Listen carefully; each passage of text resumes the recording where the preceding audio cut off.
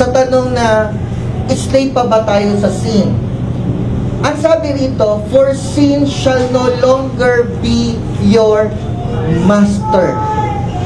Pag pinag-usapan natin na slave pa ba tayo sa sin, pag pinag-usapan yung salitang slave, mayroong may connected na isang salita rin doon na malaki ang connection. At ano yung anong salita yun? Master.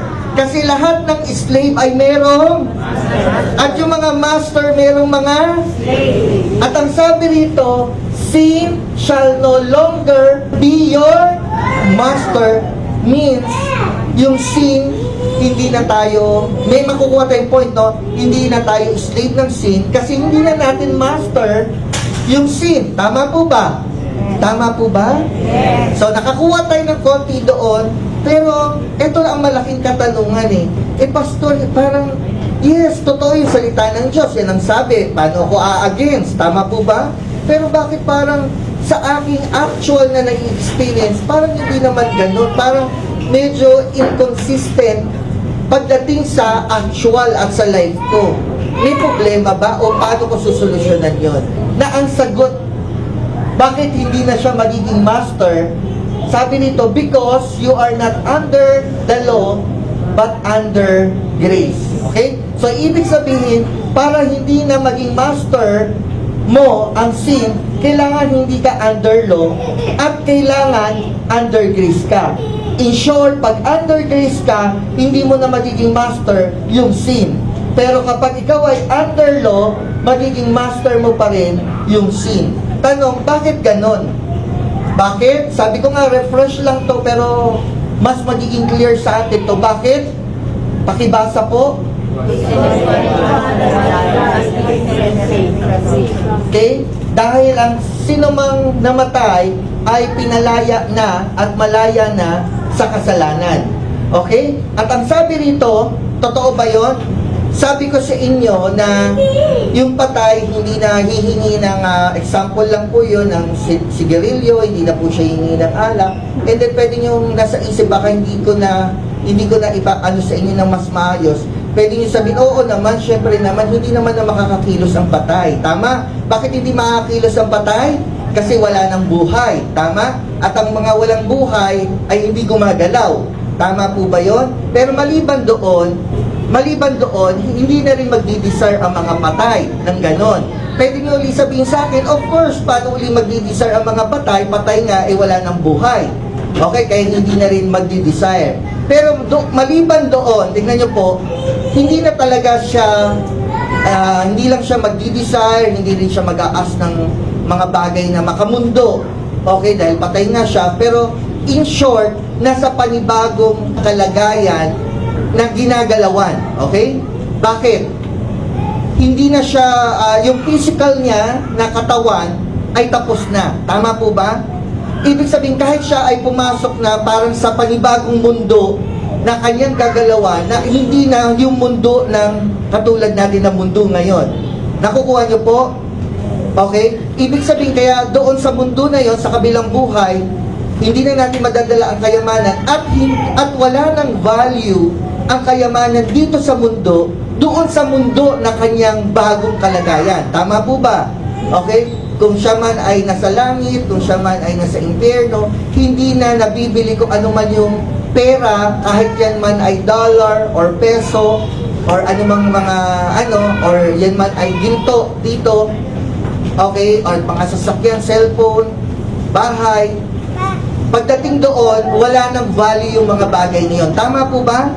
So, pinapakita na ang patay, makikita mo, iba na kasi ang mahalaga, iba na yung mundo niya, in short. Okay? Kaya yung mga bagay na desire na nagkukos sa atin ng kasalanan before, okay, na dinidesire ng katawan. Okay? Dahil, sabi nga, kasabihan lang, okay, na lahat ng masarap ay bawal, okay, means may connection sa kasalanan. Pagdating, dahil iba na ang ating kalagayan, hindi na physical, nakukuha niyo yung point? Hindi na siya magdi-desire sa mga bagay na makamundo. Nakukuha niyo po, dahil iba na nga ang mundo niya. Nakukuha niyo po yun? So in short, para makita niyo hindi ako lumayo, ang isang patay ay malaya na sa kasalanan. Like example, huwag kang magnanakaw. Makikita mo, magdi-decide pa ba siya na nakawin yung cellphone doon? Wala nang cellphone doon. Tsaka, saan niya naman ibibenta yun? Wala naman tambunting doon. Nakukuha niyo yung point? Kahit mabenta niya, saan niya gagamitin yun? Wala namang bibilhan doon at wala namang kukuhaan doon. Kasi iba na ang value doon. Nakukuha niyo po ng bagay na umaano sa atin dito sa mundo, iba na pagdating doon. Nakukuha niyo po? So, isa yan na sinagot niya na ang namatay ay malaya sa kasalanan. Bakit hindi na natin magiging master yung sin? Kasi ang lahat ng namatay ay nakalaya sa kasalanan. At hindi nyo ba alam na tayo ay namatay na rin kasama ni Kristo? Okay? Si Kristo'y namatay, nilibing at muling nabuhay. Tayo'y kasama sa kanyang paglibing. In short, kasama tayong namatay at kasama tayong muling nabuhay. Tama po ba? Yan ang sabi ng verse. Tingnan nyo. Or don't you know, hindi nyo ba alam, that all of us who were baptized, so papangunahan ko na hindi to water baptism, isa sa pinakaano ng baptism is pagiging one kay Christ, pagiging united din, pakikipag-isa. At paano nga po yun? Sa pamamagitan ng pananampalataya, pag tayo sumampalataya, tayo naging kaisa ni Kristo. So ginamit lang yung word baptized into Christ Jesus. Word baptized saan? Into His death. So maliwanag, tayo'y nakasama, kaya nga being one nakasama sa kanyang kamatayan. Yun ang isang ng baptism is naging one. So naging one tayo sa kanyang kamatayan, naging kasama. Tingnan niyo po, for we were therefore what? Buried. Diba? Si Jesus ay namatay, nilibing with Him. So tayo ay nalibing kasama niya through baptism muli into death, in order that just as Christ was raised, resurrection from the dead, through the glory of the Father, we too may live a new life. Okay. So, ano po nangyari sa atin? Bakit hindi na magiging master natin yung sin? Kasi ang sin, malakas lang siya, umiiral siya sa taong buhay. Tama po ba? Yes. Sa taong namatay, okay, may desire pa ba siya doon? Uulitin ko, hindi dahil siya hindi lang nakakagalaw. Kung nakakagalaw siya or ano man, hindi na siya magdi-desire. Bakit? Nasa ibang mundo na siya. Iba na ang kayamanan para sa kanya. Iba na ang buhay. Totally iba na lahat doon. You get my point? Kuha po ba? Yes. Ngayon, makikita nyo, tayo ba ay namatay? Yes. Namatay tayo kasama ni Kristo nung tayo sumampalataya. Amen po ba? Yes. Okay. Ngayon, liwanagin pa natin. Paano namatay? Namatay ba tayo physically o namatay tayo spiritually? Sagot po, namatay tayo spiritually, hindi po physical. Anong ginamit niya doon na nakasama tayo na namatay kay Kristo? Okay, spiritually, sabi nyo. Anong ginamit niyang salita? Baptism. Tama po ba? Through baptism, nakasama tayo sa kamatayan ni Jesus. Ano po? Physically or spiritually? Spiritually. So kung spiritually tayo nakasama sa kamatayan ni Kristo, yung baptism doon is literal ba na water or spiritual na water? Spiritual. So totoong spiritual. Meron bang verse na nagpapakita na spiritual talaga na hindi literal? Even though sa atin madali na natin ito intindihin, kasi nabanggit ko na ito na maraming beses, pero sa iba, maniwala kayo, sa iba sa mga nasa relihiyon, pinaglalaban nila na isa sa mga way para maligtas is water baptism. Na parang ang layo kasi tubig lang na literal magliligtas sa'yo. You get my point? Siguro dahil sa iniisip nilang pagsunod. Dahil nga inutos na mabaptize sa water, kaya akala nila pag nagbaptize sa water is talaga maliligtas. Okay? Dahil nga sa pagsunod. Pero gusto ko lang sabihin sa inyo na mababaw yun. Hindi tayo kayang iligtas ng literal sa spiritual. Okay? Sa spiritual, kasi dito makikita nyo ng spiritual. Tingnan nyo po. For we were all baptized by one Spirit so as to form one body. So dito makikita nyo, yung ginamit niyang baptism dito, hindi niya inano na water baptism, kundi baptized by one Spirit. So, Tinatawag yan ng spiritual baptism. Paano yon? Sa pamamagitan ng binaptize ka ni God or ni Jesus Christ, sa pamamagitan ng pagbibigay sa iyo ng kanyang banal na espiritu, means you are baptized. Okay? Spiritually, you are baptized by the Holy Spirit by receiving the Holy Spirit of God. Amen? So, hindi literal. Kung spiritual ang kamatayan, hindi physical na kamatayan. Tama po ba? Tanong, ang Kristiyano po ba ay magkakasala pa rin? Yes. Ang mga Kristiyano po ba ay mag-i-struggle pa rin sa kasalanan? Yes. Why? Because we died spiritually, not physically. Pag physical death, totally no struggle to sin. Right? Kasi nga, ang isang patay physically, hindi na nga magdi-desire sa mga makasalanan o makamundo. Tama? Dahil iba na nga mundong ginagalawan niya. Okay? Pero sinabi naman na namatay na tayo. Tama? Pero namatay tayo spiritually, hindi physically. Tama? Kaya nga spiritual baptism din. Kaya ibig sabihin, mag-i-struggle pa rin tayo sa sin. Why? Because we have still pa rin, we have physical body. At hindi perfect ang ating physical body. Eh, paano mo naman i-connect na sabi, sin shall no longer be your master? Yes! Hindi na nga siya magiging master natin. Okay? Kasi, hindi na siya ang Panginoon natin, kundi si Jesus. Bakit? Kasi namatay tayo kasama niya, pero still magkakasala tayo, pero hindi natin siya master. Ibig sabihin, malaking pinagkaiba nun, na dati master mo siya, okay, ngayon hindi mo na siya master. Malaking pinagkaiba yon. Nakukuha niyo po? Okay? Hindi ibig sabihin, hindi mo na siya master, hindi ibig sabihin, hindi ka na totally magkakasala. Magkakasala ka pa rin, pero hindi mo siya master. Okay? Dati, nagkakasala ka at namumuhay sa kasalanan kasi master mo siya. Nakukuha niyo po? Ngayon kung ang tanong, bakit kasi nagkakasala pa rin tayo? Kasi nga, hindi tayo perfect body. Okay? So, yung spiritual na kamatayan natin, okay, spiritually, naging perfect tayo kay God sa ating spiritual na kalagayan. Kasi po, alam naman natin na ang tao ay binubuo, hindi isa. Nakuha niyo po? Na ang tao ay binubuo ng tatlo, espiritu, kaluluwa, at katawan. At ang na-perfect sa atin, sa harap ng Diyos, spiritually, yung ating spirit, okay, is perfect before God. Pero pagdating sa soul part, yan nga yung nasa process, yan yung changing, transforming our mind. Tina-transform, nire-renew yung ating mind. And then pagdating naman sa body, okay, is future yon pagharap natin kay Lord. Ibig sabihin, when we die. Nakuha niyo po?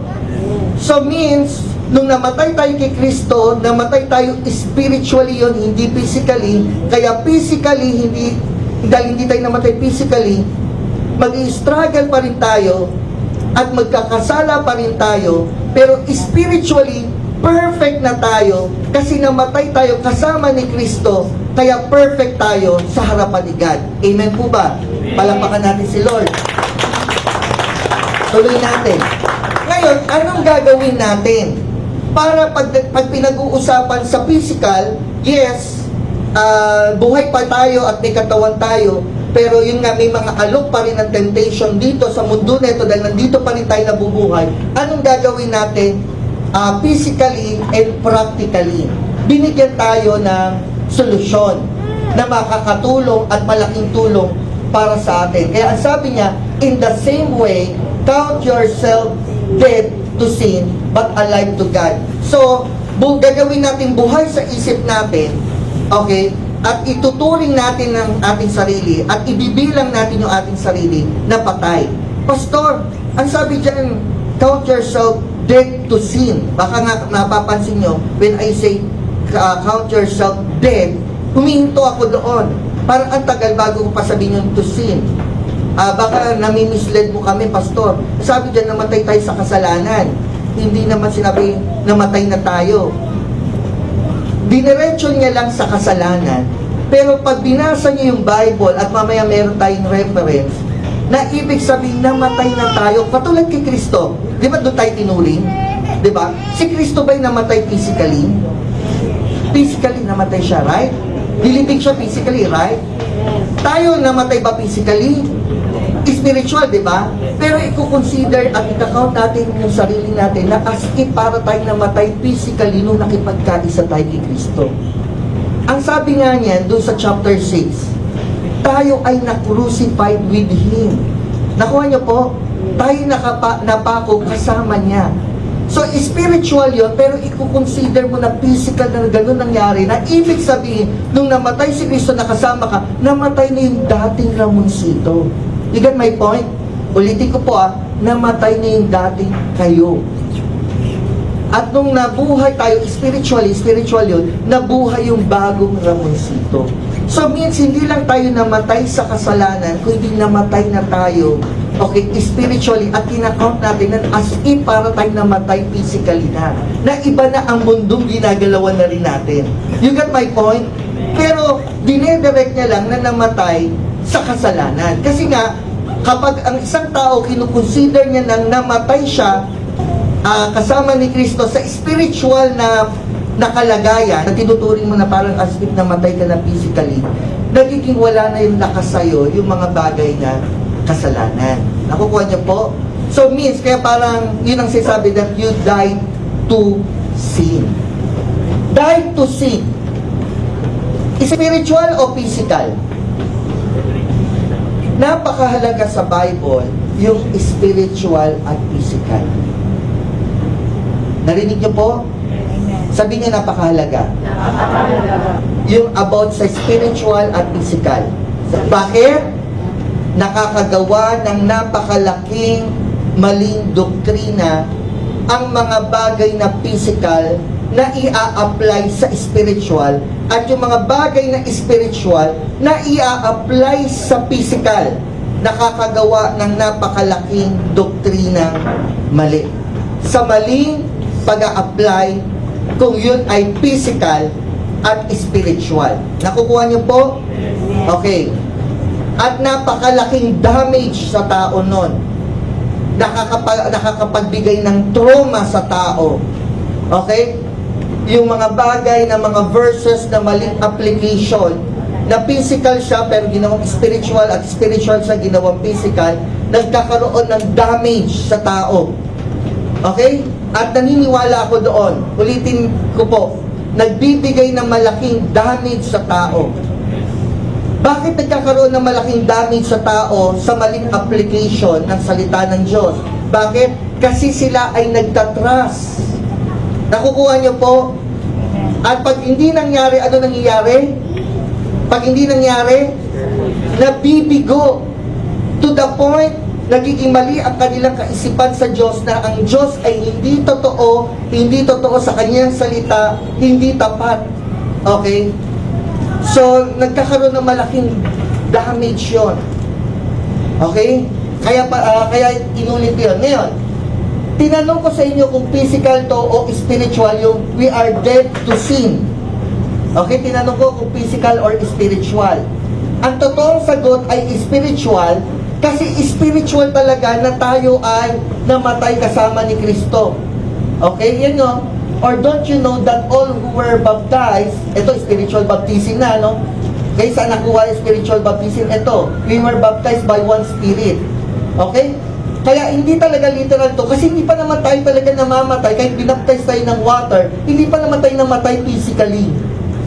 Paano tayo namatay physically? So, spiritual na kamatayan na nakasama nung tayo sumampalataya.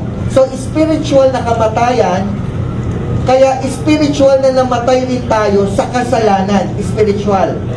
Okay? Kaya, ito naman, ikakount natin yung sarili natin patay. Ito, ikakount mo yung sarili mong patay physically.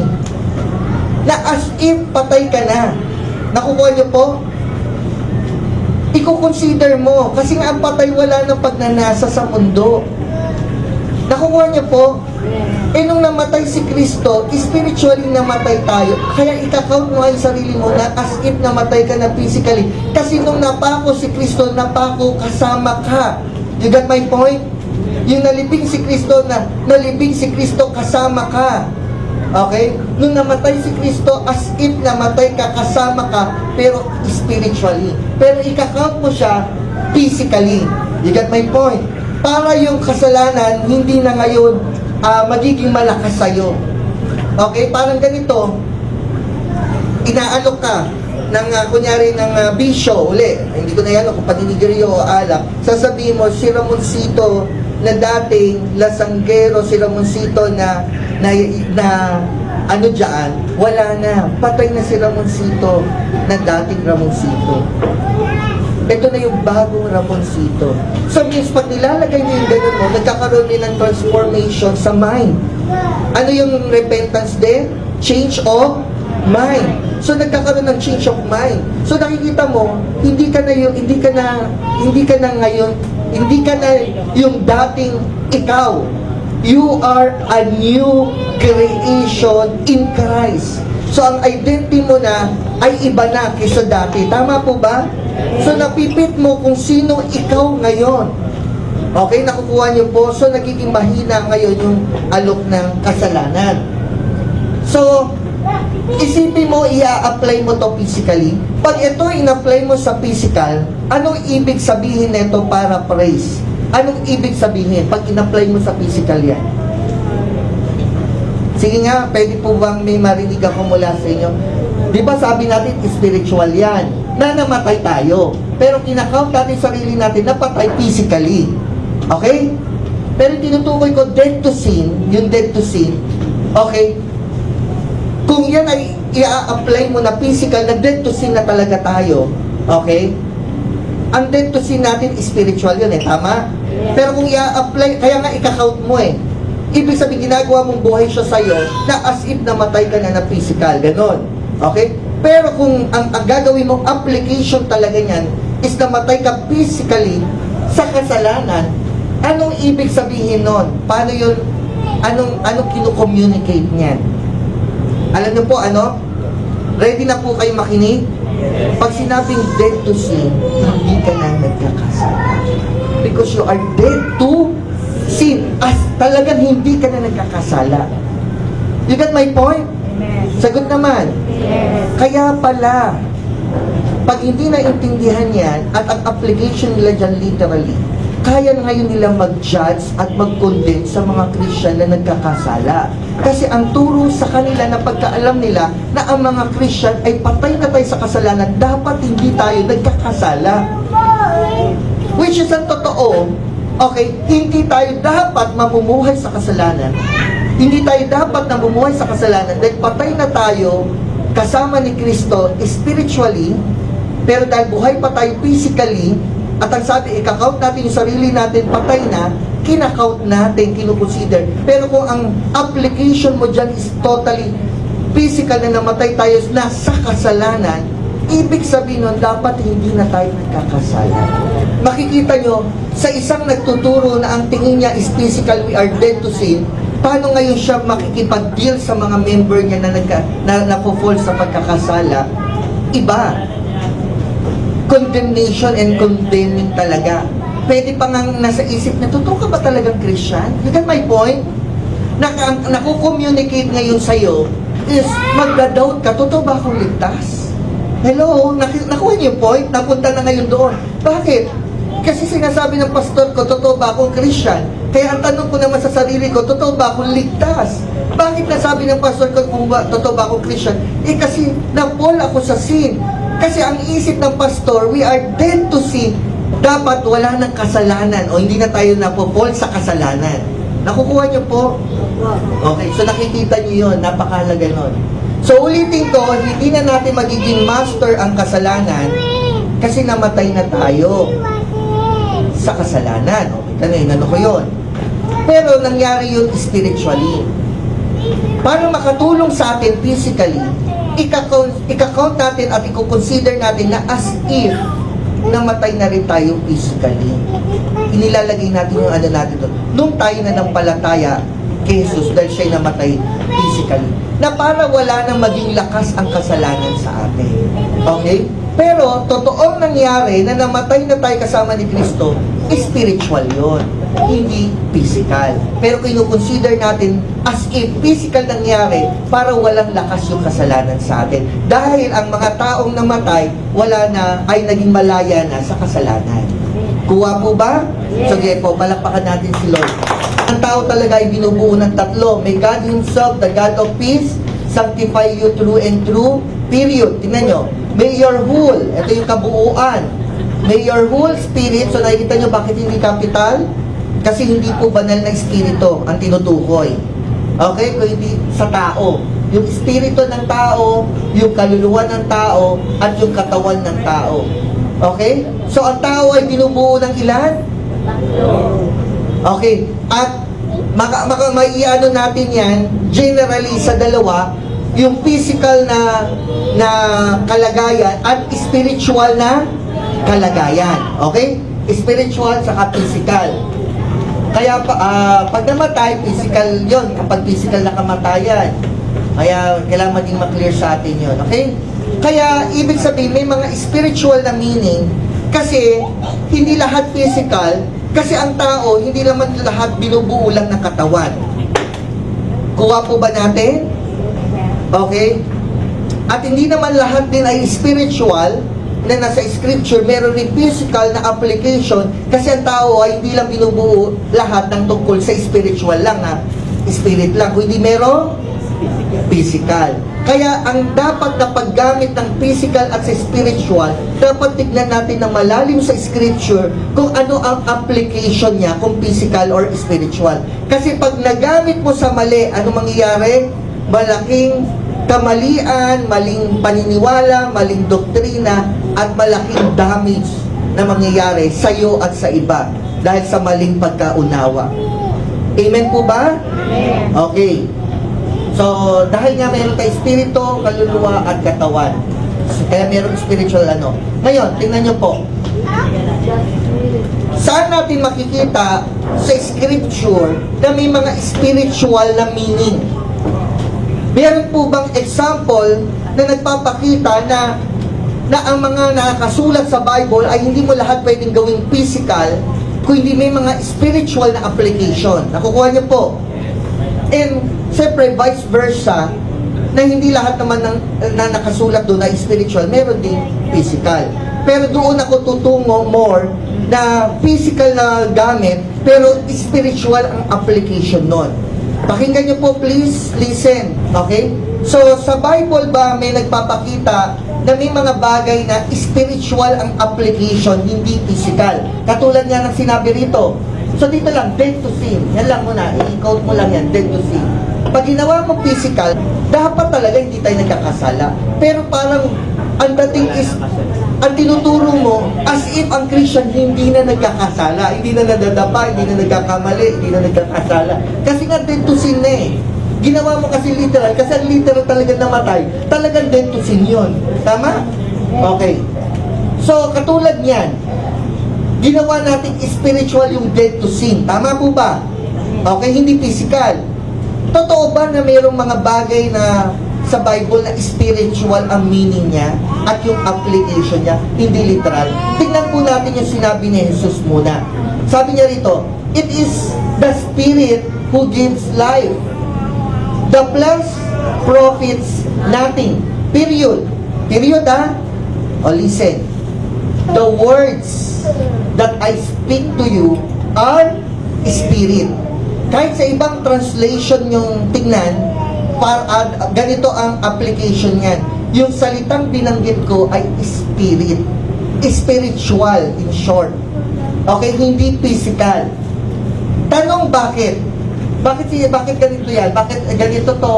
Bakit ganito to? The flesh profit nothing.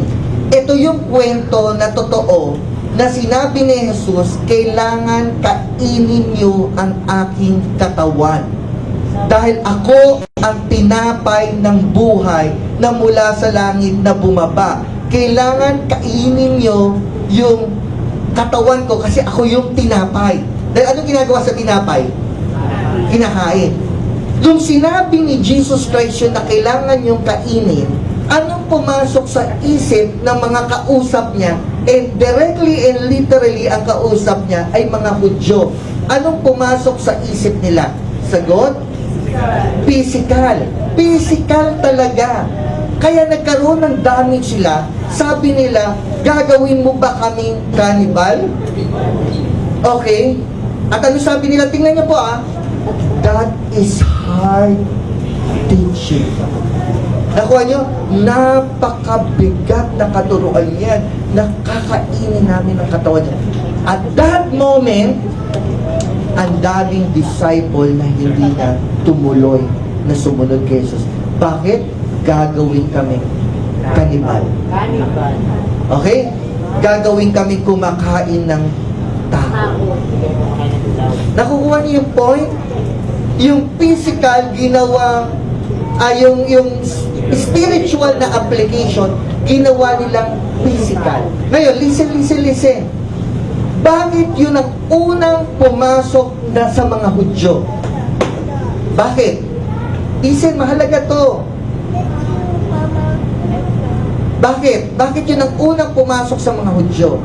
Kasi ang dealing sa mga Hudyo is always physical. Okay? At ang Christianity, listen ang Christianity is so much affected ng Judaism sa Bible. Hindi yung Judaism na relihiyon natin ngayon. You got my point, may Judaism. Pero yung Judaism sa Bible na unang binigyan ng covenant ni God.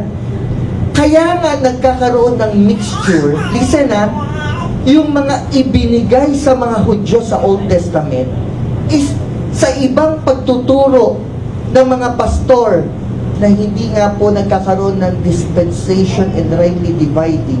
Yung ibinigay sa mga Hudyo sa Old Testament ay pina-apply sa mga Christian ngayon sa New Covenant, sa body of Christ. Nakukuha niyo po yung point? Okay. Totoo na pagdating sa mga Jew is physical talaga. Why? Because they are called, listen they are called physical nation of God. Ano ang nation ni God? Israel. Tama? At sino yung mga tao na yun? Ano po? Mga Jew. Ang tawag sa kanila, nation ni God sa Old Testament. Tama po ba? Tama po ba? Okay. So dahil nation sila, kinukonsider sila as a whole, hindi as individual. You get my point? Tayo, ang nation ni God din, pag sinabing nation of God, matatawag rin ba sila people of God? Yes, because they are nation ni God. Kaya yung mga tao doon, people of God. Pero tingnan nyo, pagdating sa New Covenant, hindi tayo tinawag as nation of God. Why? Because we are from different nation.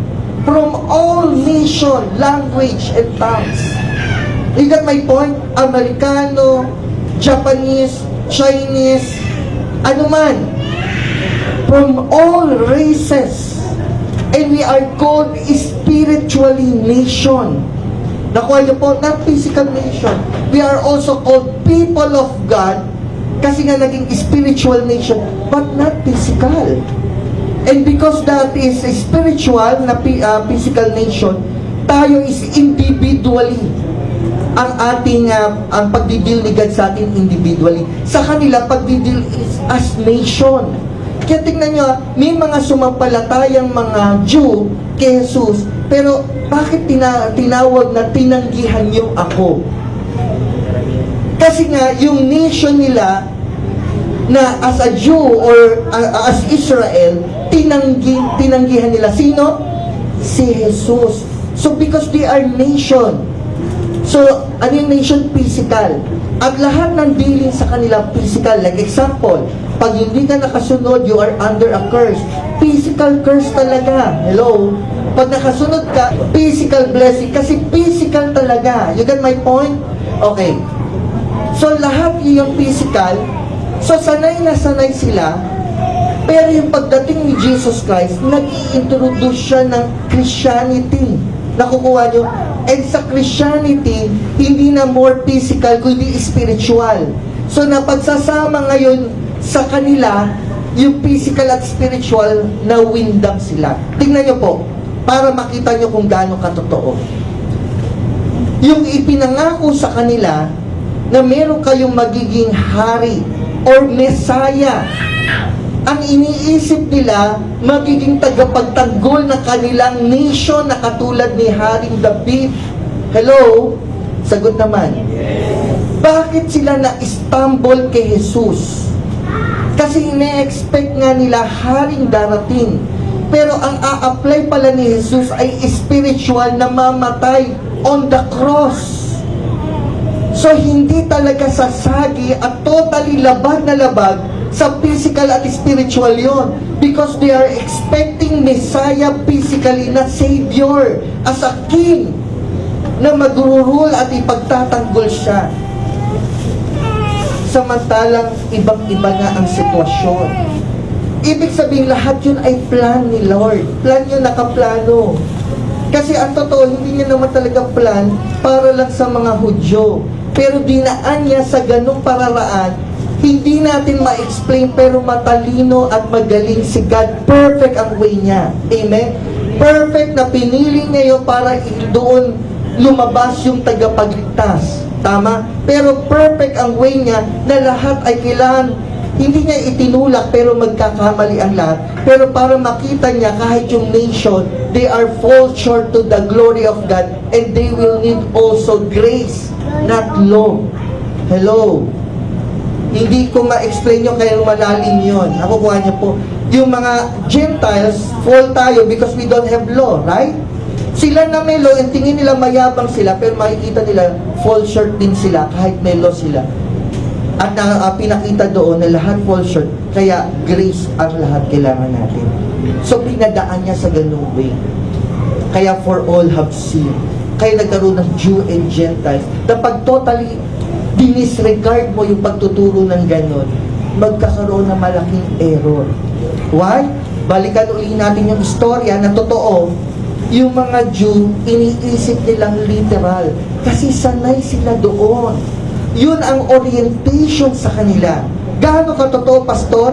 Ito, nung tinatawag ang mga Hudyo, si God mismo galing sa kanya from Old Testament, gumawa ng sign and wonders and miracle sa pamamagitan ng physical na miracle, sa pamamagitan ng hinati yung dagat na pula, okay, pinakita yung naging dugo yung yung mga tubig at ang mga salot, lahat po ba yun na lumubog yung araw, hindi sumikat, nagkaroon ng dilim, lahat pa yun ay physical at literal nangyari, hindi spiritual. Sanay na sanay sila doon na pag sila ay dinidil ni God is literal. Hindi nila alam pa yung mga bagay na spiritual. Nakukuha niyo po, because they are called literal and physical nation, not spiritual. So hindi sila alam nila yung tungkol sa spiritual. Hindi nila alam yun. Okay? Kaya sabi ni Jesus Christ, kainin niyo yung aking katawan. Sabi niya, Spirit who gives life. Flesh profits nothing. Ibig sabihin, kahit kainin niyo yung katawan ko, hindi kayo mag-gain. You get my point? Ang sinasabi ko, yan ang ibig sabihin niya, yung words na sinasabi ko ay spirit. You need to eat me. And ano yun? Means you need to believe in me. When you believe in me, na yung katawan ko naging handog sa kasalanan, you receive my body, you eat, you receive. And now you have eternal life because you believe na kinain nyo yung aking katawan. Pero spiritual yun. Nakuha nyo po. Okay? Sasabihin nyo, Pastor, okay, may mga bagay na spiritual, may mga bagay na literal talaga. Kailangan pala talagang alamin natin kung ano yung physical at literal. Hindi lahat apply. Kasi pag in-apply mo yung spiritual sa physical, in-apply mo yung spiritual sa baliktaran, vice versa, magkakamali at malaking damage. Pero Pastor, pag physical kasi, talagang totoo, yun ang dating sa amin. Pag spiritual, parang walang dating at parang hindi totoo ang mga bagay na spiritual. Kasi ang spiritual, listen ha, ang spiritual kasi is invisible. Pag sinabing invisible, hindi nakikita ng naked eye. You get my point? At meron rin kasabihan na minsan, hindi mo siya masisisi na ang tao ay maniniwala lang sa nakikita. Sagot naman. Bakit? Kasi ang nakikita, nagpapakita na totoo. Kasi nakita mo. Pag hindi pa nakikita, parang paano ka maniniwala na totoo? Hindi naman nakita, tama?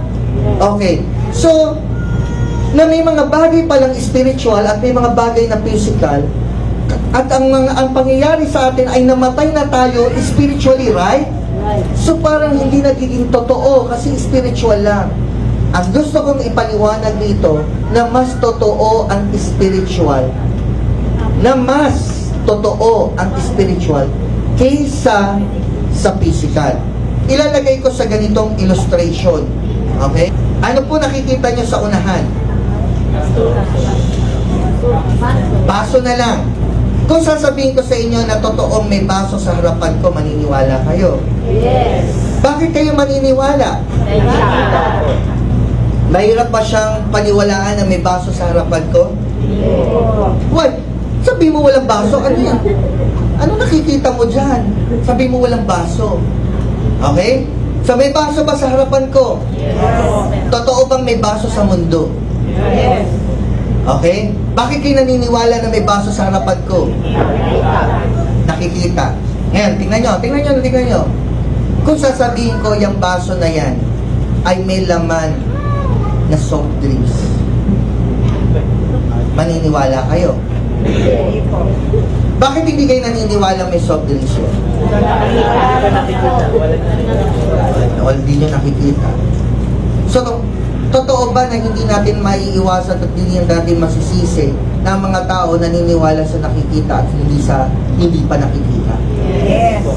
Katulad no, sinabi ko may soft drinks yan, hindi kayo naniniwala. Kasi bakit? Hindi ko naman talaga nakikita may soft drinks yan. Okay? Nung sinabi ko may baso, naniniwala kayo kasi nakikita niyo. So hindi natin masisisi talaga ang mga tao. Kasi ang totoo, kahit tayo affected sa gano'n, di ba? Tama? Pero may totoong bagay na spiritual at physical. Tama? Tama yan, di ba? Paano natin sabi na may mga bagay na physical spiritual? Kasi ang tao binubuo ng spiritual side at physical na side dahil spirito, kaluluwa at katawan. Tama? At sinabi ni Jesus, yung sinabi ko ay spirit yan, hindi yan literal na flesh na kakainin nyo. Tama? So may mga bagay na spiritual. So dapat mabukas yung isip natin sa ganon. Bakit? Kasi kung lagi lang tayo maniniwala sa nakikita, mangyayari niyan, napakalaking bagay niya na hindi tayo maniniwala sa mga bagay na spiritual. Kasi hindi talaga nakikita yung mga bagay na spiritual. Paano yung isang bagay na example na may totoo pero hindi nakikita ng mata, katulad po ng hangin? Okay, hindi ko sinasabi na yung hangin ay spiritual. Ang sabi ko, katulad ng hangin, na totoong may hangin, pero hindi nakikita ng mata. Okay, kung may nakikita kayong smoke yun, hindi yun hangin. Tinatangay ng hangin yung smoke. Kunyari, nagbabarbecue. Okay, ang nakikita mo dun, alin? Smoke, hindi yung hangin. Yung hangin, hindi mo nakikita yan, pero nararamdaman mo yan pag dumampi sa katawan mo. At hinahampas niya yung mga palda mo, damit mo, gumaganon. So makikita mo, totoo, pero hindi mo nakikita bakit may gumaganon sa'yo. Hangin yun. So means, may mga bagay talagang totoo na hindi lang nakikita ng naked eyes. Pero ang totoo, mayroong God. Kasi God is Spirit. So God is invisible na hindi kaya makita ng naked eye. Pero, totoo. Amen? Amen. Si Satan, ay spiritual din na bagay yan, hindi rin nakikita ng naked eye. So meron talagang merong lumaban kay God. Amen po ba? At kinreate ni God yung heaven para sa kanyang mga anak. Amen po ba? Nakikita po ba yun ng naked eye? Pag lumagpas tayo doon sa sky, papunta ka saan? Sa universe. Okay? Pero hindi mo makikita yung heaven na prefer. Kasi that is spiritual na hindi kaya makita na naked eye. Okay? Pero meron at totoo, katulad ng Diyos na meron at totoo. Nakukuha niyo po? Amen. Listen, ganun din po ang impyerno.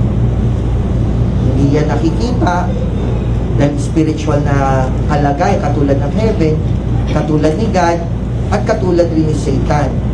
Pero, totoo.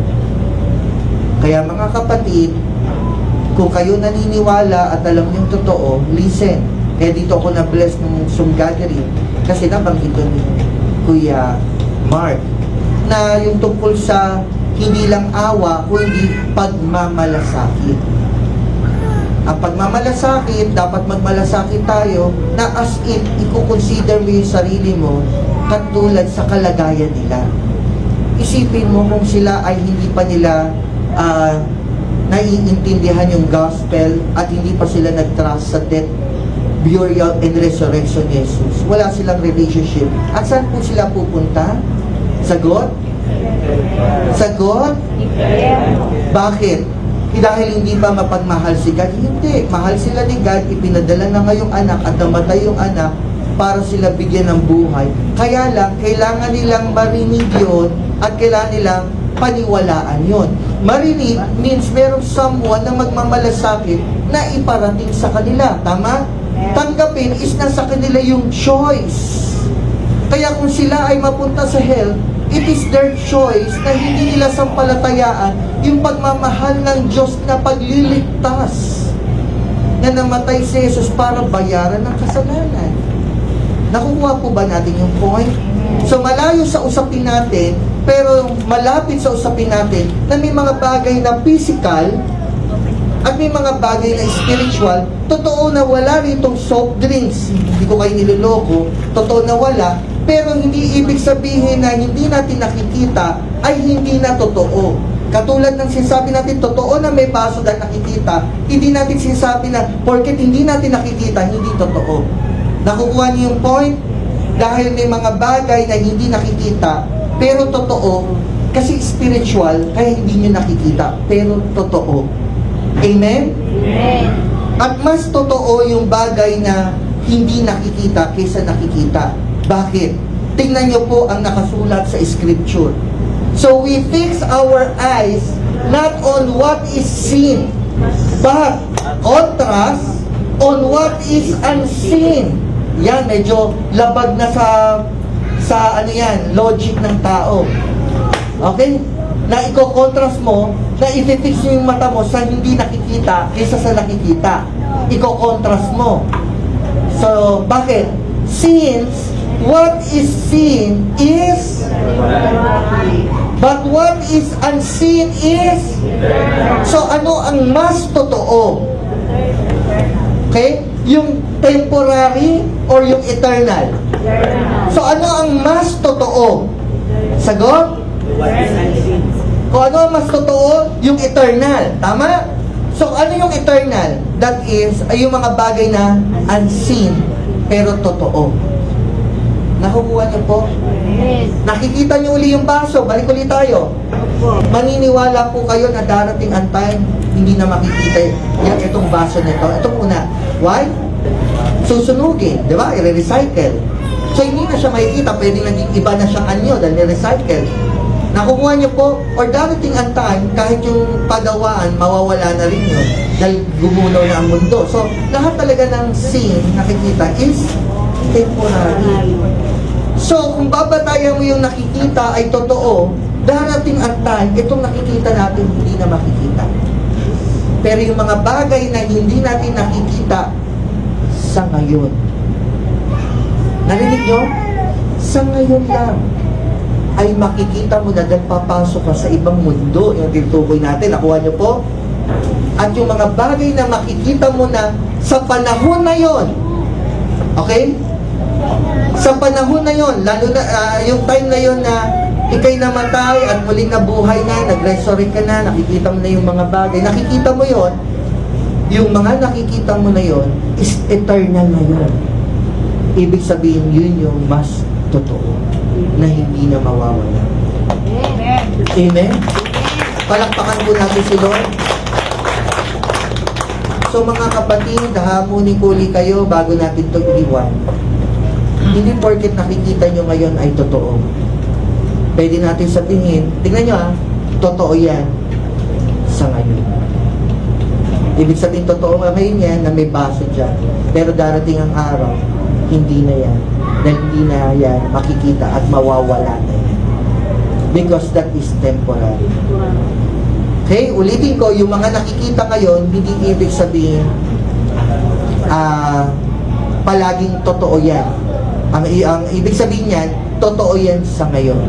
Nakukuha niyo po, pero darating ang araw, mawawala na yan. Pangwalang hanggan. At yung hindi nyo naman nakikita, hindi ibig sabihin hindi totoo.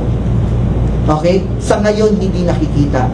Pero darating ang araw, makikita nyo yun, at yun ay eternal, hindi na mawawala. Ibig sabihin, yun ang tunay na totoo. Amen? Kaya ulitin ko po, sige po, palakpakan natin si Lord. Kaya ganito tayo ngayon. Bakit tayo nagmamalasakit sa tao? Yun ang reason. Bakit tayo umaatin ng church? Kasi naintindihan natin yung gospel. We gather not only to listen. We gather not only ma-bless. We gather, we plan, and we make all we can para ma-reach out yung tao kasi hindi natin kaya mag-isa. Hello? We need each other.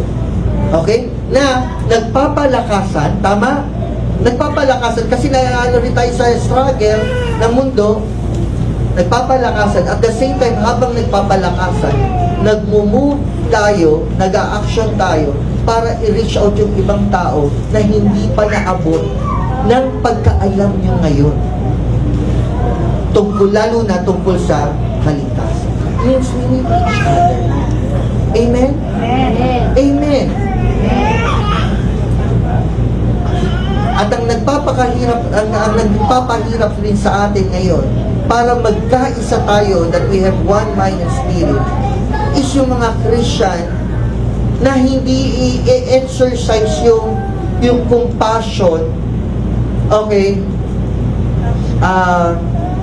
yung malasakit. Okay? Hindi i-exercise sa English ng malasakit. Care. Okay? Yan, mas okay yun. Care. Okay? Kasi, pag tumaas yung care mo, magiging what? Parang hindi kayo nangligaw Dati, I like you. I care for you. Tapos ano na? I love you. Diba? Parang hindi naman. Nakuha nyo na? Kuha nyo na. Yung tataas, magiging pag-ibig. Yung mula sa pagmamalasakit. So guys, sana naiintindihan nyo. Bakit kayo umaatin? Bakit tayo gumagastos? Bakit tayo gumigising? Bakit tayo nagpupuyat? Bakit tayo nagbibigay ng oras? Bakit tayo nag-aaksay ng oras? Bakit tayo ginagawa natin to? Lahat yun may connection. Nagpapalakasan tayo para maging mature tayo sa pagkaalam, pagkaunawa. Pero hindi hahantong yan sa isip lang.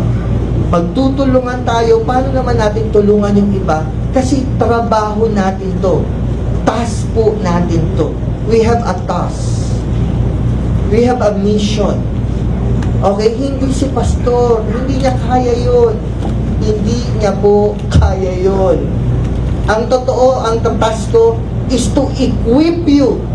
Okay? Para gumawa tayo ng task. Kayo ang gagawa. Kasi, kung titingnan nyo naman, isa lang ako, ilan kayo? Kaya ang totoo is i-equip ko kayo para gumawa ng task. Nakuha niyo yung point? Sagot naman. Kaya ito ipapasok ko lang ng konti. Sana naiintindihan nyo. Kaya sa lahat ng bagay na ginagawa ko, nandun yung heart ko to reach out. Hindi ako perfect. Hindi po. Pero nandun yung heart ko na maka-reach out. Kahit konti or madami. Of course, mas good. Okay? Kaya, kita nyo, listen na yung radio is for communication lang namin talaga sa SRU. Kaya lang habang ginagamit namin, alam namin na pwede pala siya gamitin publicly at may pumasok na public. So, ini-involve namin kayo. Nakikinig po kayo? O ngayon, ayaw nyo mag-radyo, okay, no problem. Kasi sideline lang yan. Just do your main task. Na kung ano yung nasa surrounding nyo, i-reach out nyo for Christ. Nakukuha niyo yung point? Nakukuha niyo po? Listen. Ang totoong gusto mag-reach out ng soul, kahit tinatawag na sideline, gagawin yan. Nakukuha niyo? Kasi gusto niya. Nakukuha niyo po? Wala po ako sinasabing mali.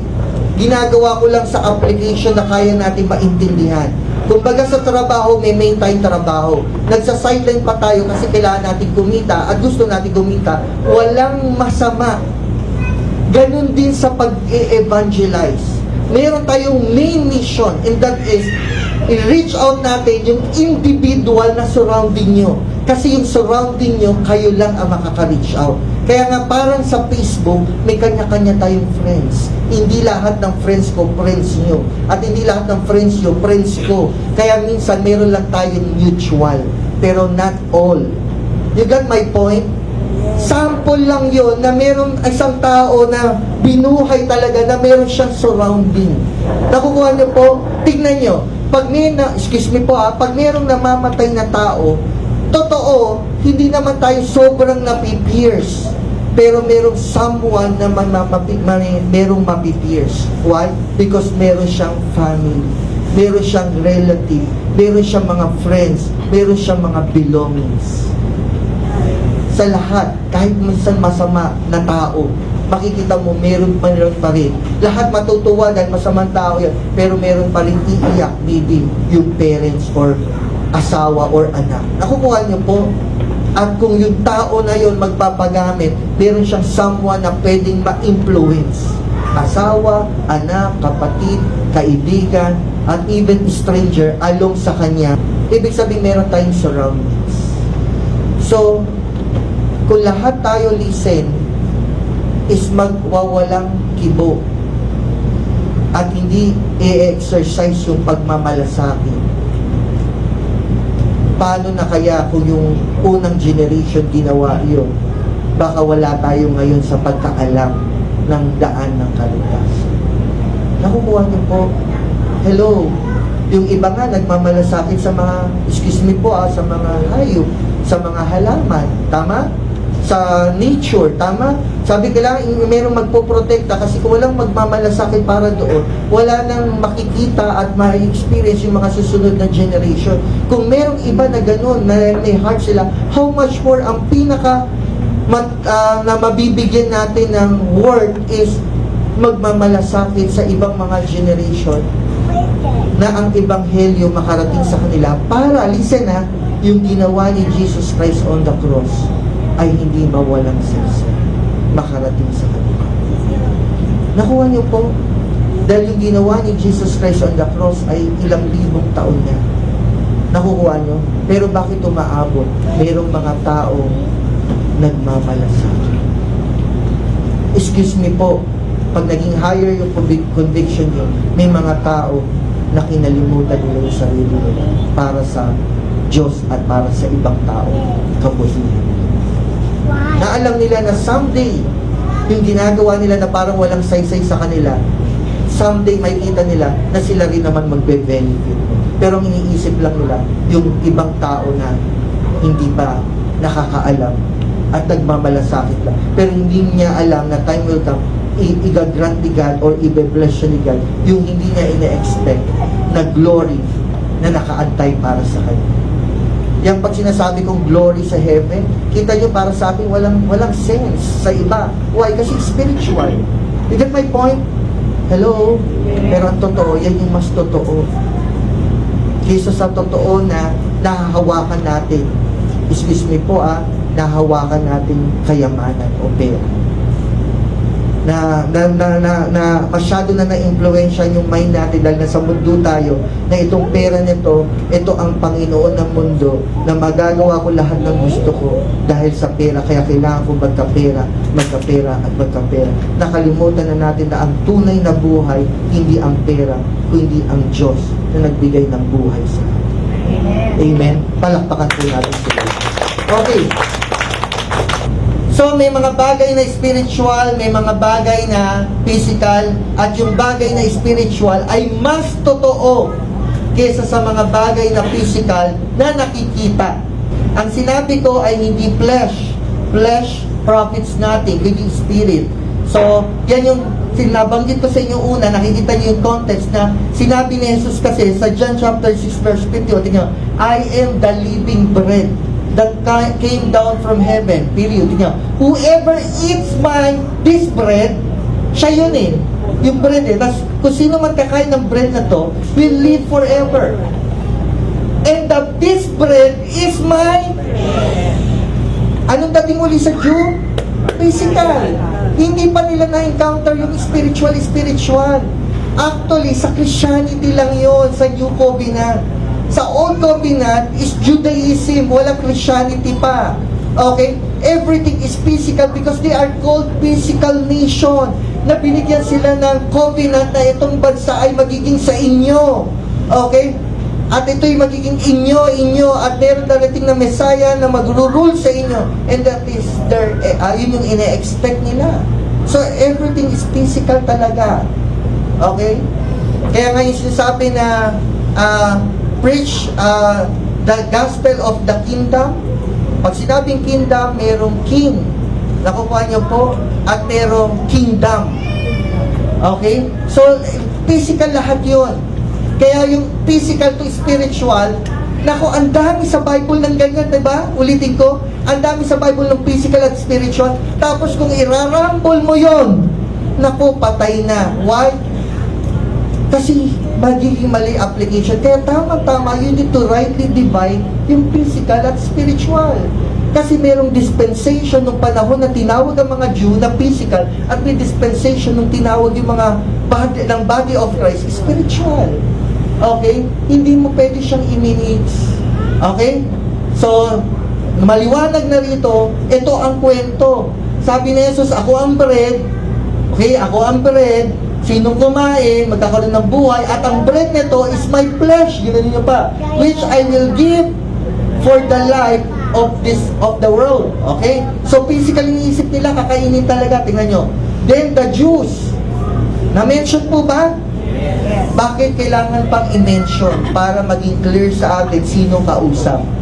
Then, the Jews began to argue sharply among themselves. Sino among themselves? The Jew. Sabi niya, how can this man give us his flesh? Literal talaga. Alam na alam niyo yung sa loobin nila. Wala naman talagang makakatanggap nun. Bibigay mo yung katawan mo, kakainin ko. Diba? Kasi literal talagang iisip nila. Tuloy pa natin. 53 Jesus said to them, eto na, very truly I tell you, unless you eat the flesh of the Son of Man and drink His blood. Hallelujah. Bawal na bawal sa Jew ang blood. Hindi iniinom yon sa Old Covenant. Kaya nga sa atin, pag hindi nag-rightly divide or dispensation, bawal kumain ng dinuguan ngayon. Kasi pinagbawal yun, pero ito, pinaiinom ni Jesus. So, totally contrast. Nakikita nyo? Ang totoo, may contrast sa Bible kung hindi ira-rightly divide. Tama? Kaya totoo ba na may contrast na ang salvation is faith alone and faith plus work? Parehong may verse sila at may makakukuha ng mga example. Pero ano lang kailangan doon? Dispensation and rightly dividing. Okay? So, drink His blood. You have no life in you. So, literal ang isip nila. Akala nila parang ano yun, herbal or whatever. Okay? 16. On hearing it, many of His disciples said, this is a hard teaching. Alin? tinuturo mo na kainin namin katawan mo at inumin namin ang dugo nyo? Who can accept it? Wala. Ewan ko kung sino kaya tumanggap niyan. Ayan ang sagot ni Jesus. Tingnan nyo, 663. It is the Spirit who gives life, the flesh profit nothing. The word that I speak to you, yung ano na kainin mo yung katawan ko, tinin mo, is spirit, hindi literal. So may mga bagay na spirit ang meaning niya. Okay? 6:35. Then Jesus declared, I am the bread of life. Whoever comes to me will never go hungry. And whoever believes in me will never be. Okay, kayo po ba ay nakauhaw na? Nakaramdam po ba kayo ng pagkauhaw? Means hindi pa kayo naniniwala kay Jesus. Kasi lahat ng naniwala kay Jesus hindi na mauuhaw. Hindi ako nagpapatawa pero okay lang yun. Kasi nga, nakakatawa kapag gagawin mo na physical yung spiritual. Bakit dito nagiging common sense sa atin yung physical at spiritual? Nakukuha nyo po, hello. Pero sa kanila hindi nila maintindihan pa rin kasi that is new to their hearing. Bagong-bago yun, hindi katulad natin, medyo na-expose na tayo kasi hindi naman tayo Hudyo na from the start ay parang pinamper or talagang pinadaan sa mga lahat ng physical na bagay. Okay? Hindi yun ang orientation sa atin. Tuloy, 30. So they asked him, what? Tingnan nyo yung mga Jew. So they asked him, what sign then you will give that we may see it and believe you? What will you do? So, ang mga Jew, Julie, kasi by context, ano sabi ng mga Jew? Anong bibigay mo sa aming sign para maniwala kami? So, listen. So, ang mga sign ba is nakadepend sa literal or spiritual? Literal po. Bakit? Bakit literal? That we may see it. Pag nakikita mo, ano yon? Literal. Katulad na may baso, literal na may baso? Sagot? Bakit? Kasi nakikita. So, ang mga Jew ay sanay na sanay sa literal na nakikita. Kanina, ang pinag-uusapan natin, yung sa pagkain. Ito, they are asking for what? Sign. So, ang mga sign and wonders din, pwede ka ma-mislead. Kasi nasa orientation din yan ng mga Jew at ng early ng time ng mga apostles. Okay? So, at least clear lang tayo doon. Ang sign is nakikita. Okay? Nakikita. Pag nakikita, maniniwala na sila kasi nakita nila. So, naghihingi sila ng sign para maniwala sila kasi nakita nila.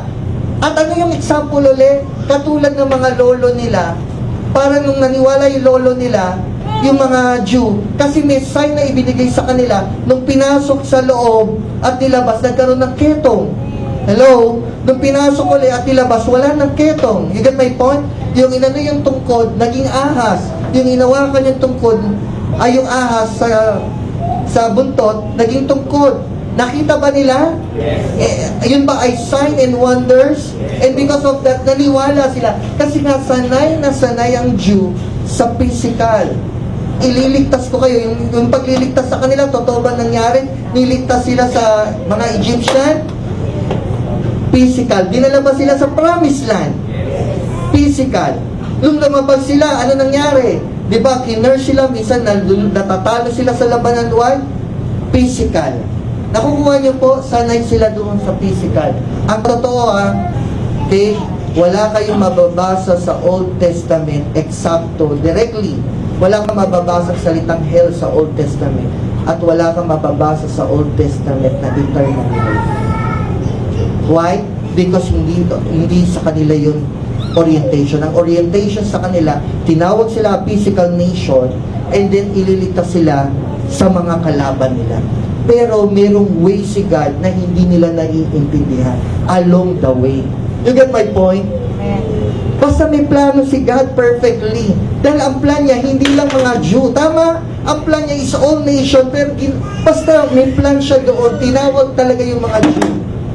Kaya nung time na yon, listen, hindi pa kasama ang Gentiles. Pero pag nagbabasa ang mga Christian ngayon, as if yung mga nakasulat sa Old Testament, as if ang kausap ay Gentiles. Hello, you get my point? Pero sino kausap doon? Jew talaga, hindi pa tayo kasama. Kaya tingnan nyo tingnan nyo kung gano'ng kaliit, pero gano'ng katotoo, na ang application ng mga pastor, na yung mga turo sa Jew, ina-apply sa church. Alin? Bakit may tithes? Hindi ba turo sa Jew yan? Wala ka nga makikita na isa na minention ni Paul na mag-tithes ang body of Christ at mga Christian. Pero pinaglalaban yan ng mga pastor. Why? Hindi nila nara-rightly divide at the dispensation. At higit sa lahat, pera kasi yun. Mahalaga yan sa church para gumana. May justification din. Pero ang usapan natin, ano ba ang turo?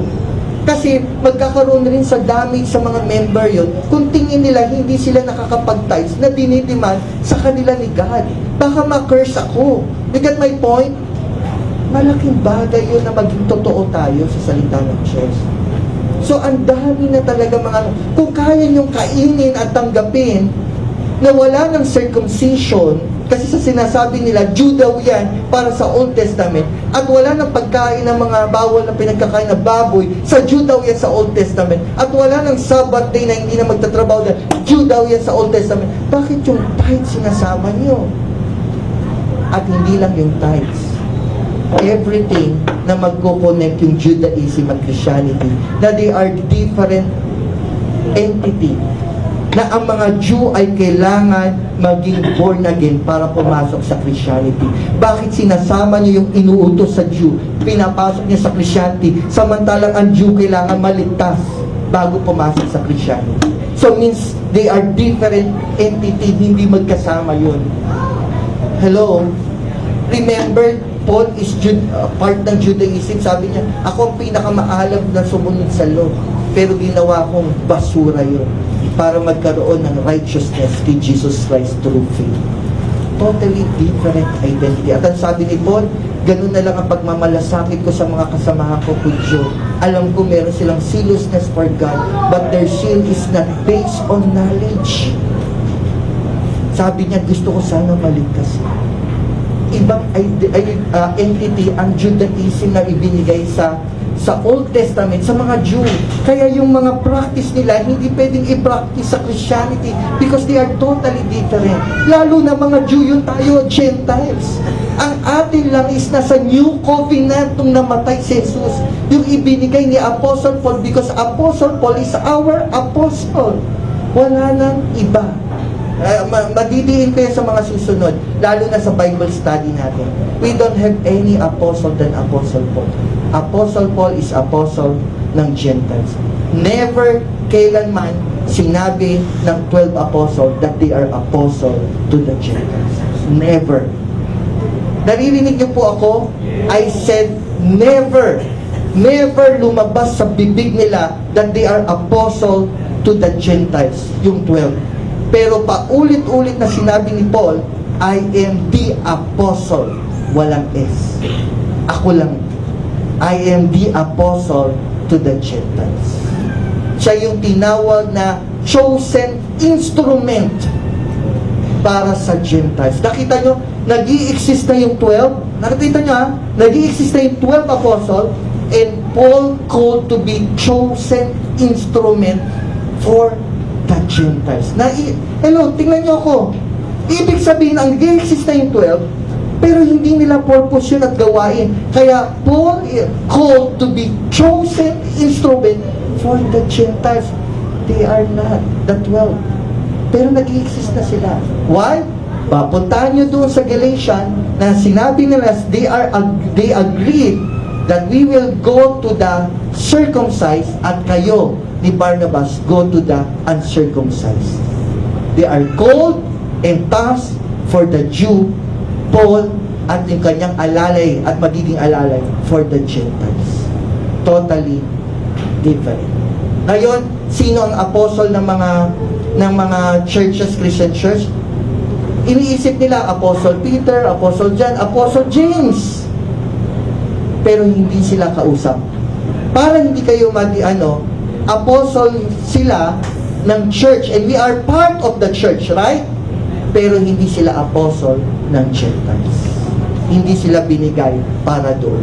Hindi yun ang kanilang itinerary. Hindi nila yun task. At hindi magagalit si God sa kanila. Kasi hindi talaga. Amen? Amen. Palakpakan po natin ito. Yan lang ba yung nagpapakita na ang mga Jew naghahanap ng sign?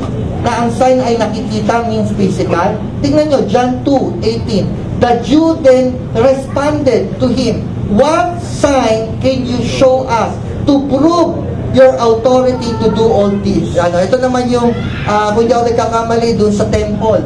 Okay? So, ibig sabihin, ibang-ibang storya. Pero, ang mga Jew naghahanap pa rin ng sign. O, tingnan nyo, isa pa, tatlo na to. Ito naman si Paul. Kay Paul, sulat niya, Jew demand what? Sign. Bakit ang Jew nagdidemand ng sign? Kasi yun ang orientation sa kanila. Nakuha nyo? Pero tingnan nyo ang Greek, which is what? Gentiles. Look for? Bakit wisdom? Kasi wala tayong kamuang-muang. We are innocent, mangmang. Pagdating sa kaalaman ng Diyos, kasi hindi binigay sa atin ang mismong salita ng Diyos nung una. Nakuha niyo po? Kanino binigay? Sa mga Jew. Like example, the Ten Commandments, kaya alam nila yung kasalanan. You get my point? Ang Gentiles, mangmang. Walang muwang. Nakuha niyo po? Kaya ano yung nahanap ng mga Gentiles? Kasi mangmang kami. Pero ano yung nahanap ng Jew? Sign. Na nakikita namin kasi ganyan kami. Ganyan ginawa ni God. Nung nilabas kami, pinakita kami ng sign. Kailangan makikita namin. So, totally different na. Kasi pagdating sa church, okay, hindi sign, okay, eto na. Pagdating sa church, tingnan niyo po. Ito muna. But we preach Christ crucified. Alin? Death, burial, and resurrection. Ano nangyari? Stumbling block to the isipin mo, naghahantay sila ng Messiah, Savior, King, and then mamamatay. Hindi ba talaga nakakatisod yon sa paniniwala? Kumbaga, totally ang layo. Ipaglalaban kami ng King. Kailangan, ano yan, handang marunong niya makipaglaban, and then siya mamamatay on the cross. Stumbling block. And then naman sa mga Gentiles, dahil wala silang kamuang at alam, so gusto nila is wisdom, pero namatay rin on the cross. Sa iba, kaya yung mga Gentiles, kamangmangan yung kamatay. Kasi bakit namatay? So that is what? Hindi wisdom, hindi foolishness. Kasi ang kamatay, ang tingin nila, defeat. Tama? So paano ililigtas ang mga Jew? Paano naman magkakating katanunungan yun sa mga Gentiles? Pero anong gospel? Crucifixion, death, burial, and resurrection of Jesus to save all people. Palakpakan natin sila. Okay?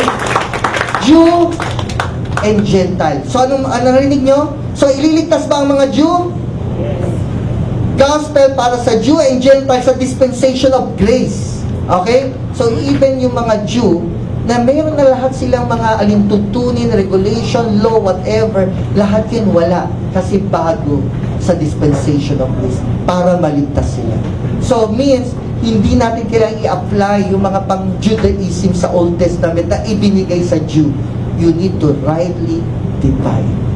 Bakit ipaglalaban ng ulit? Para yun, napakasimple. Bakit ipaglalaban ng pastor ang tithes? Hello, napaka-clear na usapin yun. Hindi atin yun. Alam niyo ba ano talagang malalim pa usapin ng tithes? Sa 12, isa doon, si Levi, na wala siya mana sa land. So, literal. So, ibig sabihin, doon sa temple, ang mana nila is mag-serve kay God, at part of the binibigay doon is yun yung sa kanilang ikabubuhay. You get my point? Kasi wala silang land. And that is si Levi. Kaya sila rin nagko-collect ng tithes. Kaya kung talagang gagawin mo legalistic at talagang hindi papasa yun eh. Kasi even yung magko-collect ng tithes, dapat Levi. Ano na ang sa Christianity? Hindi sign and wonders na kaya makita ng mata. Ano na sa atin? We live by and not by sa yung sign and wonders, ano yun? Sight, tama? Sa atin faith. Ano itong faith? Faith Saan? Sa salita ng Diyos. So, ang umiiral sa atin lagi, conviction to the Word of God. Hello? Nakukuha niyo po? Kahit may makita pa tayong sign and wonders, kapag labas sa salita ng Diyos, hindi natin dapat paniwalaan. Pero ang tao, listen, kaya at madaling mapaniwala pag may nakitang what? Sign. Kaya may madadaya. May madadaya. Dapat faith sa ano dito? Sa Word. Tama? Sagot naman. Okay. Kaya hindi rin totoo na ang faith is paniniwalaan mo yung gusto mong paniwalaan. Paano kung yung pinaniniwalaan mo na gusto mong paniwalaan ay mali? Mali sa salita ng Diyos. So that is not faith. Ano uli ang faith? Yung faith is pangahawak sa salita ng Diyos. Ganito, nung sinabi, example lang ngayon, sinabi ni God magkakaanak ka kay Abraham. Kahit na ako ay matanda, kahit na baog si Sarah, pinanghawakan ko yung salita ng Diyos, magkakaanak. That is faith. Nakuha niyo po? Tingnan nyo, pag naniwala tayo sa mga sign, pwede tayo maligaw na nakikita. Dapat faith, which is the word of God. The coming of the lawless one will be in accordance with the how Satan works. Nabasa nyo? Satan works. So, mayroong pagkilos o gawa. Sino? Anong gagawin? He will use all sorts of displays. So, magpapakita siya, magdi-display siya ng power. Kasi may power naman siya, pero of course, limited, hindi katulad kay God. Through what? Through signs and wonders. Tingnan nyo wonders and signs that serve the light. Yung paggagawa niya ng kanyang mga signs and wonders, kasinungalingan niya para mandaya at manloko. Na mayroong mga maluloko at magdadaya kasi naniwala sila dahil sa sign and wonders. Hindi saan? Sa salita ng Diyos. Amen? So, habilinan ko kayo, huwag kayong manangat sa nakikita. Kahit sign and wonders pa yan, pinagaling si ganito, pinalakad si ganito, baka galing yan sa kalaban. Ito may ganito May ganito excuse me. Sino daw yung nakakapag parang nakakapaghula kung anong mangyayari? And usually puro negative kasi na. Dahil puro disgrasya.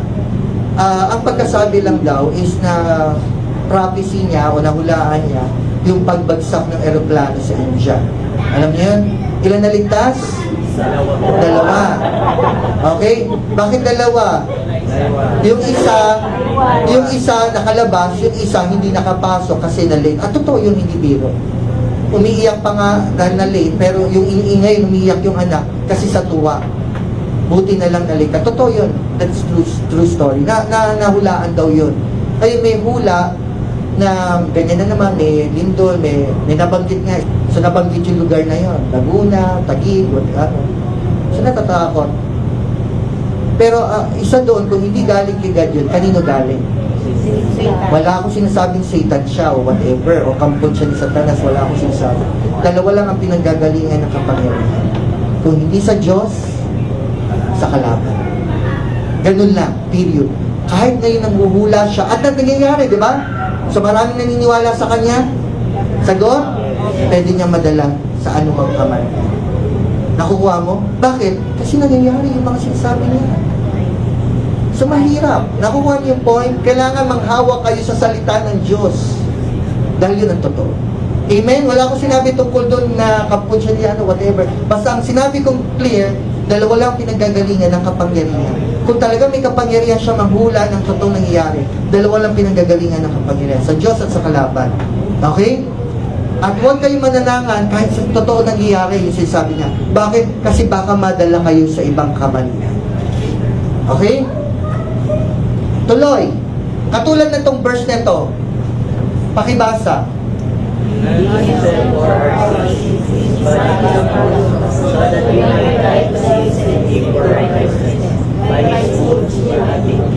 Okay. Listen patapos na rin ako. Itong quote natin kaya nga may ganyang quote. By His wound, you have been healed. Physical or spiritual talaga ang application. Ano po ba? Okay? Yung totoo, basahin niyo yung context. Hindi na nga tayo lumayo Nandiyan na mismo sa loob ng verse. Basahin yung context. He Himself bore our sins. Yung sin ba, physical or spiritual? Spiritual sickness. In His body, on the cross. Anong cross? Death. Gospel. So that we might die to sin and live for righteousness. So, grace. Okay? Namatay tayo sa sin, di ba? Explanation ko na sa inyo yan, die to sin. Nung naniwala tayo sa death and resurrection, nabuhay para sa Diyos at naging righteous tayo by faith through grace. At ang sabi, by His wound, we are healed. Ngayon, i-apply siya sa physical. Ngayon, kung paniniwalaan natin spiritual to, listen, sinasabi ko bang si God ay hindi nagpapagaling? Sagot. Porket ba sinabi ko na physical ang totoong application nito, sinasabi ko ba si God hindi nagpapagaling? Or meron siyang heart, o si God ay walang heart magpagaling? Yun ba yung sinasabi ko? No, di ba? Okay. Pero, kapag sinabi ko na ito spiritual, isa ang inaano rito. Hindi ito guaranteed na sinasabi na sa kanyang sugat, magaling ka na physically. Nakuha nyo, hindi guaranteed. Pero may heart pa si God magpagaling. Nagpapagaling pa ba si God ngayon? Yes. Ako nagsabi ako pa nagsabi. Pero hindi to assurance, itong verse na to, na si God ay nagpapagaling. Na lahat ng sakit mo, pagagalingin ka niya. Kasi by His wound, you are healed. Yun ba ang sabi ng verse? Hindi. Dahil hindi to physical, tama, spiritual. So, hindi siya guaranteed. So, ilalagay mo siya sa tamang application. Na alin? Na ito ay spiritual, na tayo ay may kasalanan, we are spiritually sick, pero pinagaling sa kamatayan ni Jesus on the cross. Tama? So, tamang application. Pag tamang application, magagamit natin totoong verse na yun sa kabutihan natin, maliligtas tayo. Bakit? Kasi lahat ng karumihan natin, nilinis, lahat ng sakit natin, binayaran. You get my point? So, ang ganda. At hindi ka madadamage kung meron kang may sakit, ikaw mismo o sa family mo, at hindi gumaling at namatay pa. You get my point? Hindi ka madadamage kasi alam mo, hindi siya nangako ng guaranteed healing. Alam natin, gusto niya tayo gumaling, okay, nagpapagaling siya, pero nasa kanyang kalooban. Hindi natin alam kung ano. You get my point? Yun yung pagtatras sa kanya, pero wala siyang binigay na guaranteed. Kasi ito, pag nilagay mo to sa physical, guaranteed ang ibig sabihin mo. Pero spiritual meaning, kasi nga, He Himself bore our sin. Nandito ka na mismo sa verse lang. So nakita nyo maraming iba, ginagamit to na literal. Uulitin ko, listen pwede itong maging encouragement. Pero at least kayo alam nyo yung tunay na ibig sabihin nito. Amen po ba? Amen. Ano pa? Example. Can you read? For you know the wisdom of our Lord Jesus Christ, that though He was rich, yet for your sake He became poor, so that you through His poverty might become rich. Okay. Totoo ba na maraming ginamit to sa literal? Sasabihin ko yung totoo Ang context po nito is about giving. Kaya nga mababasa nyo sa unahan, verse 1 is about Macedonia, na sila ay naging generous giver. Listen nakukuha nyo po, giving. Listen ginawa niyang example si Jesus para maging giver yung mga kausap niyang mga Christian. Na si Jesus ay naging sobrang generous. Paano? May sasapat pa bang generous na ibinigay mo hindi pera kundi buhay mo? May maibibigay ka pa bang higit sa buhay na ibinigay? Sagot? Generosity. Pero hindi ibig sabihin na yung binigay niya yung buhay niya, ibig sabihin, yayaman ka, literally. Giving ang usapan nito. Paano? Tingnan tuloy natin. 7 malapit na. Ayan 9 Ano na lang kulang? 8. Hindi ko na i-explain because of time. Tingnan nyo But since you excel in everything, in faith, speech, in knowledge, in earnestness, in the love you have kindled in you. Listen, see that you also excel in this grace of, it's about giving. Kaya minention niya, alalahanin niyo si Jesus, napaka-generous. Meron pa bang sobrang magiging generous na ibinigay niya buhay niya? So, hindi yung context na si Jesus ay naging mahirap, na lahat ng ngayon, nang sumampalataya kay Jesus, yayaman. Hindi yun ang context. Ang context niya is about giving. In example niya lang, parang exhortation. You get my point? Na si Jesus si God ay naging generous. Ibinigay ang buhay. Pero hindi tayo binibigyan ng guarantee. Hindi ito yung verse na lahat ng sasampalataya yayaman physically or literally. Okay? Oo, yun naman talaga. Okay? Because of time lang. Ngayon, okay? Ngayon, tingnan nyo na spiritual. Tingnan nyo ha, sino ba sumulat nito? Eto, sino po sumulat? Si Paul. Okay? Sino kausap? Sino po kausap? Yan, Corinthians. Tingnan nyo po to. Sino sumulat nito? Sinong sinusulatan? Hindi ba context? Merong immediate, tsaka merong remote. O, tingnan nyo ha. Sorrowful. Ito nakakagulat to eh. Sorrowful, yet always rejoicing. Paano mo i-interpret yan? Ganito. Gusto nyo malaman? Lahat ng sinabi niyang una, physical. Yung sinabi niyang pangalawa, spiritual. Pinagsama niya. Tingnan nyo. Sorrowful, totoo. Why? Mababasa niyo sa pag-mission niya, alone siya lagi, walang makain, nasa lamig na walang makumot, lagi siyang nasa danger sa lahat ng tao. You get my point? Nalulubog yung ano. So, sorrowful. Laging meron siyang persecution, whatever. Tingnan nyo. Yet, always spiritual. Merong joy. Tingnan nyo ha. Poor. Uulitin ko, si Paul hindi talaga siya mahirap. Nakapag-aral siya.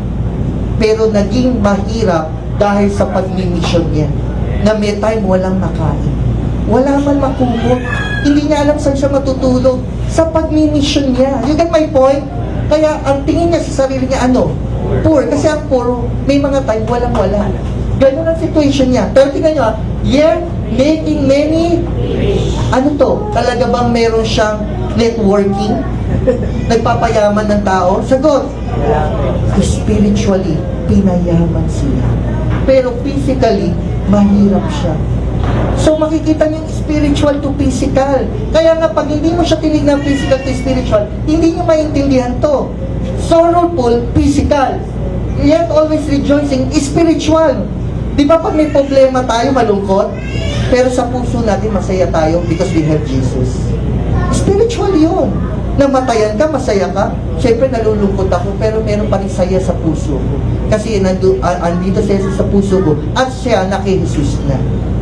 Nakuha yung spiritual. Poor, physical yan. Spiritual ba to? Si Paul? Hello. Siya nga may sulat ng Bible eh, spiritual poor. Eh siya nga nagpapayaman eh. Ito spiritual. Ito physical kasi totoo. Ang poor kasi isa sa mga ano ng poor na lacking. At may maraming times talagang may mga bagay, wala siya makain. In need. Kumot lang nga pag hiniginaw siya, wala siya makumot eh. So napakahirap mo. Matutulugan lang nga ng ulo mo, hindi mo alam saan ka matutulog. Napakahirap mo. Why? Kasi nag-mission siya dahil sa Panginoon. So, consider niya sarili niya poor. But, or yet, making many rich. Spiritual. Why? Nag-introduce ba siya ng trabaho? Alam mo ba, para yumaman ka, magtrabaho. Nakuha niyo po? So, hindi siya nag-introduce. Ini-introduce niya gospel. Gospel of grace, gospel of salvation. Amen? Naalin yung gospel na yon, baka mamali na naman kayo. Death, burial, and resurrection. Yun ang gospel para sila maging mayaman. Si Jesus namatay para kapagalingin. Si Jesus namatay para ka mayaman. Amen? Having nothing. Di ba parang ganun din yung poor? Having nothing. Tama? Parang poor, di ba? Yet possessing everything. Sige, gawin niyo itong physical. Totoo? Possessing everything? Sagot naman. Ano to? Spiritual? Yes. Why? Because he have Jesus Christ. Ano pa ang wala sa kanya na meron siyang Jesus? Palakpakan natin si Lord. So makikita mo, physical to spiritual, pinagsama sa isang verse. Kailangan kaya niyong i-rightly divide yung physical at spiritual. Kasi mamamali talaga kayo. Ang orientation sa Jew ay laging physical. Kaya pag sinabing, eto, na bagamat siya'y mahirap, pinagyaman, anong tatalo nila? Abraham, pinayaman. What? Your example is Old Testament Jew. You get my point? David, mayaman. Bakit hindi ka mag-example sa New Testament na ang mga Jew sa Jerusalem ay nagkakaroon ng tagputo, natutulungan nga ng mga Gentiles? Bakit hindi ka maka-example ng gano'n? Why? Kasi hindi na yun physical. That is spiritual body of Christ. Iba na ang orientation, dispensation. Ito na ang talagang aral sa atin. Ephesians 1:3. Praise be to God and Father of all of our Lord Jesus Christ. Tingnan niyo po, pabasa. Who has in the heavenly realms with anong blessing? Physical or spiritual? Ano talaga ang guaranteed na sinabi ni John ni God na panghahawakan nyo? Nasaan tayo binilas in every spiritual blessing? Ano po? Every physical or spiritual? Material or spiritual? Listen. Hindi ba ibig sabihin niya to dahil naniniwala akong ganon, hindi na nagmamalasakit si God physically sa akin? Hindi na nagmamalasakit? Sagot naman, hindi po. Okay? Na si God ay hindi concerned na i-bless rin ako materially and financially? Ganon ba ang ibig sabihin niya? Hindi po. Pero hindi guaranteed na lahat ng sumampalataya yayaman. Clear? Clear. Dahil ano ang clear? Every spiritual blessing. Ano ang mas matindi? Spiritual blessing o physical? Spiritual. May papantay pa ba sa billion-billion doon sa kayamanan sa langit na eternal? Hindi ko kaya at hindi ko alam paano nyo i-compute yun. Pag in-compute nyo yun, maiintindihan nyo, parang diamond. Diamond will last forever, sabi nila. Kaya kahit na napakaliit nun, at napakalaki to, nauubos to eh. Ito hindi nauubos at nawawala. So napakalaki nung value nun. You get my point? So, walang papantay sa spiritual blessing. Na alin? Na tayo ay naging anak ng Diyos. Amen? Na tayo naligtas. Na tayo na-redeem. Wala nang papantay sa spiritual blessing na meron tayo. At salamat kay God sa mga material blessing na binibigay. Amen? Pero excuse me, hindi totoo ako. Hindi yun guarantee na sumunod ka kay Jesus, lahat ay galinhawa. Hindi totoo. It is very damaging kapag naka-experience ka ng gano'n. Alam mo sa mga gano'n, inihintay lang na magkaroon sila ng gano'ng situation para i-humble sila at matutunan nila na walang guarantee kung hindi yung salita ng Diyos. Kasi talaga madi-disappoint ka na pag humantong ka na sa dulo na nakita mo, Lord, sa lahat ng ano ko, hindi naman nangyayari. Hanggang mataan mo na, Lord, hindi naman kasi talaga ito yung salita. Hindi ikaw ang may problema. Ako ang may problema, pinili ko kung ano yung gusto ko lang sa Lord. You get my point? Palakpakan natin sila. Okay? Ngayon, sasabihin nila, oh, hindi ganun eh. Yun nga yung faith, yung may problema na pero hindi pa rin bibitaw. Pero hindi nga ganun yung pangako niya. So yan lang yung gusto mong paniwala. Nakukuha niyo yung point? Kasi yung pangako niya, nasa salita niya na nakasulat. Katulad nito, pinangakuha niya tayo ng every spiritual blessing. Sure. Pero wala siyang sinabing every material and financial blessing. Wala. So walang guarantee. Amen? Pero nagmamalasakit sila. Palakpakan ko natin. Sa pagtatapos, saan naalala nyo? We die to? Ngayon, tingnan nyo. We die to the law. O, magkaiba? Saan tayo daw namatay? Una? Saan naman daw tayo namatay? May nakasulat? Tingnan nyo. Sabi ni Paul, inaanyahan ko lahat na may kaalaman tungkol sa kautusan. Sabi niya, parang ganyan. Do you not know, brothers and sisters, for I'm speaking to those who know the law, yung tungkol sa batas ng salita ng Diyos. Law. Tingnan natin sabi niya, that the law has authority over someone only as long as the person lives. Sample, para maintindihan. Sample ng batas na yung batas ay umiiral lang habang nabubuhay ang tao. Example ng batas ng pag-aasawa. Kapag ikaw ay may asawa at buhay pa yung asawa, okay, habang buhay yung asawa at nakisama ka doon sa may asawa, yun ay pakikiapil. Dahil yun ang batas ng law sa marriage. At wala po ko inano, excuse me po. Sinasabi ko lang po to. Pero pakinggan nyo. Pero kapag yung asawa mo ay namatay na, malaya ka na sa batas ng pag-aasawa. Pag nag-asawa ka ulit, hindi ka nagkakasal. Why? Kasi malaya ka na dahil namatay na yung asawa. Sample yun. So wala na siya, ano sagot? Wala na siya sa ilalim na kautusan. Bakit? Malaya na siya, kaya siya wala sa ilalim. Bakit? Kasi namatay na yung asawa niya, so hindi na umiiral sa kanya ang batas. Okay?